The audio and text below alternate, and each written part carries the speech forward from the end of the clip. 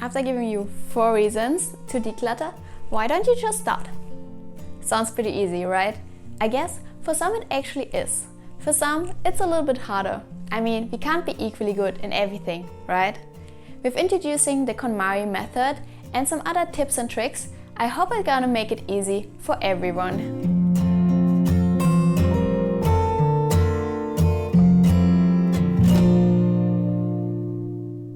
Hello and welcome back to the Upside Plan. Step 1, Material Declutter, Take 2.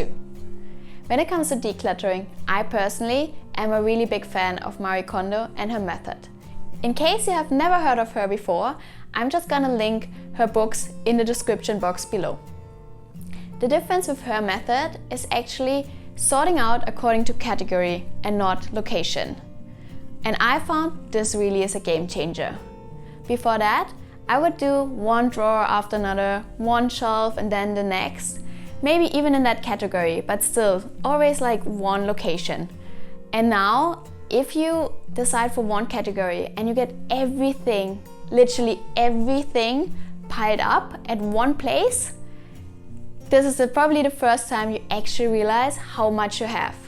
And for me, to be honest, and I think I'm not the only one, this can be really shocking in the first place. I noticed that. But this is also what actually wakes you up. For me, this was most of the magic already in just that step. I ambitiously wanted to reduce those piles. No way I'm gonna keep a mountain of clothes, right? And afterwards, it's pretty hard to actually not be super proud of yourself. Marie Kondo divides it into 5 main categories, which she partly divides into subcategories. Let me just list them for you. The first 3 are clothes, books and papers. Number 4 is kimono, which is kitchen, bathroom, garage and everything miscellaneous. And last but not least, number 5 is sentimental items. This structure, like everything else, you can adapt to your personal needs. Especially with kimono, you can create those subcategories which fit your unique living situation. It's not about sitting down and really considering which are the right categories, what should be in the subcategory. You don't have to invest so much time in that. Just try to not miss out on anything.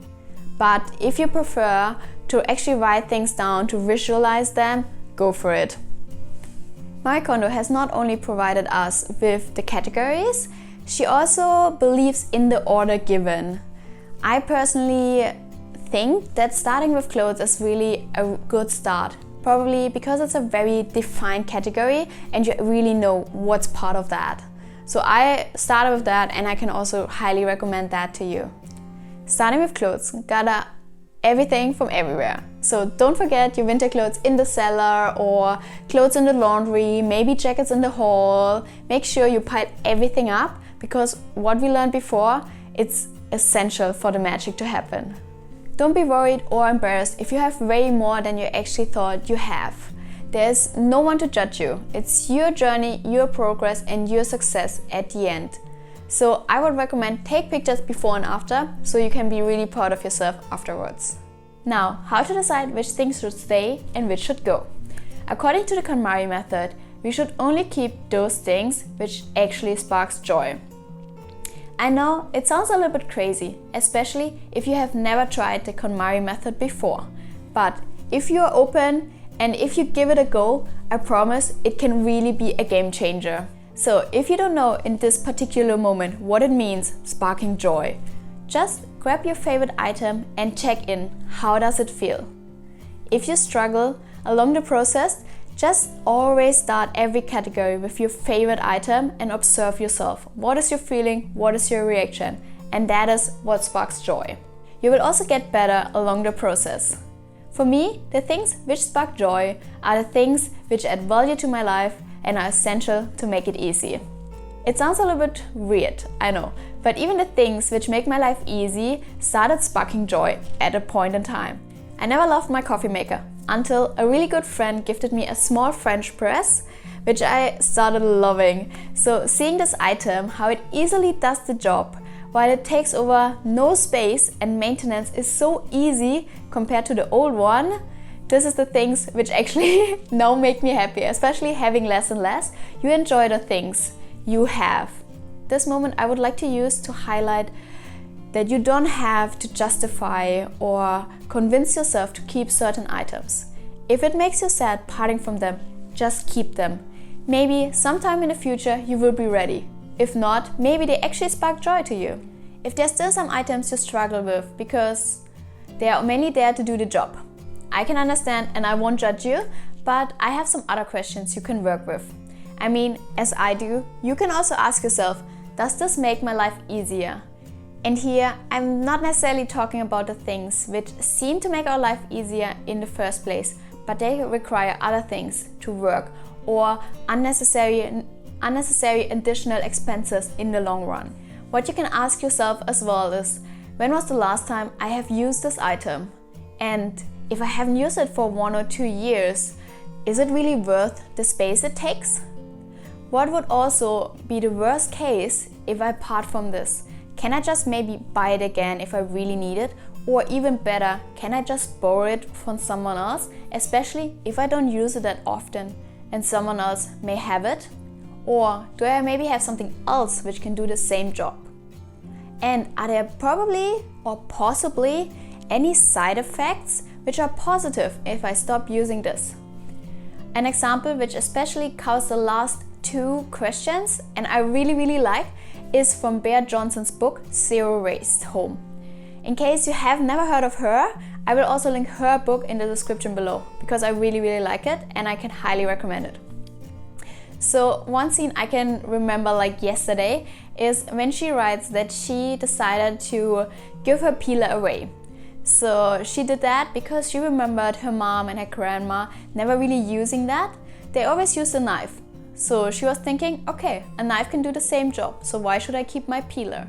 And sometime later, she noticed that she would also peel less vegetables and fruit than she did before. So she produced less waste and it was actually healthier because a lot of vegetables and skin, what am I saying? Vegetables and fruits, they have a lot of vitamins under the skin. So this is often the most nutritious part of that fruit or vegetable. So it was also healthier for her. Less waste and a healthier diet. And other things she was probably not expecting. And this really made me think a lot. So for the things which actually give you a very hard time to decide, put them somewhere out of sight. So maybe put them in a box somewhere in the cellar and then give you a certain time frame. I'm a more impatient person, so I would probably give myself 3 months. Depending on what it is, if you're sorting your winter clothes in summer and you can't decide, give yourself more time. And if you think you need more, then just give yourself more time. Anyways, I would recommend set an alarm on your phone and then on the day of the deadline, check if there's anything you have taken out, which means you really were looking for this item. If you have not, those things I would give it straight to selling or donation. With the things it's hard to part with, I would really recommend don't give them to family members or friends because it's hard for you to decide. So you basically just move your decision, which is kind of bothering you, giving it to someone else, and you might additionally put this person under a little bit of pressure because from my experience it was often like this. I would go to my mom and say, hey, that's something from my childhood, I would probably get rid of it, but if you want to keep it, here you can. And then this other person is a little bit under pressure because this might be a valuable memory and this person might not be on that trip and trying to be more minimalistic. So you're moving your decision to someone else and it's easier for you because it was hard with this item, right? So someone else has to be the bad guy and actually get rid of it. What you can do while you're sorting out or before you start sorting out, you can ask friends and family members, is there something you really need, something you actually plan to buy?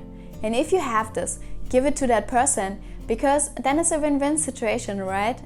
If your struggle is rather to get started, I also have some tips for you.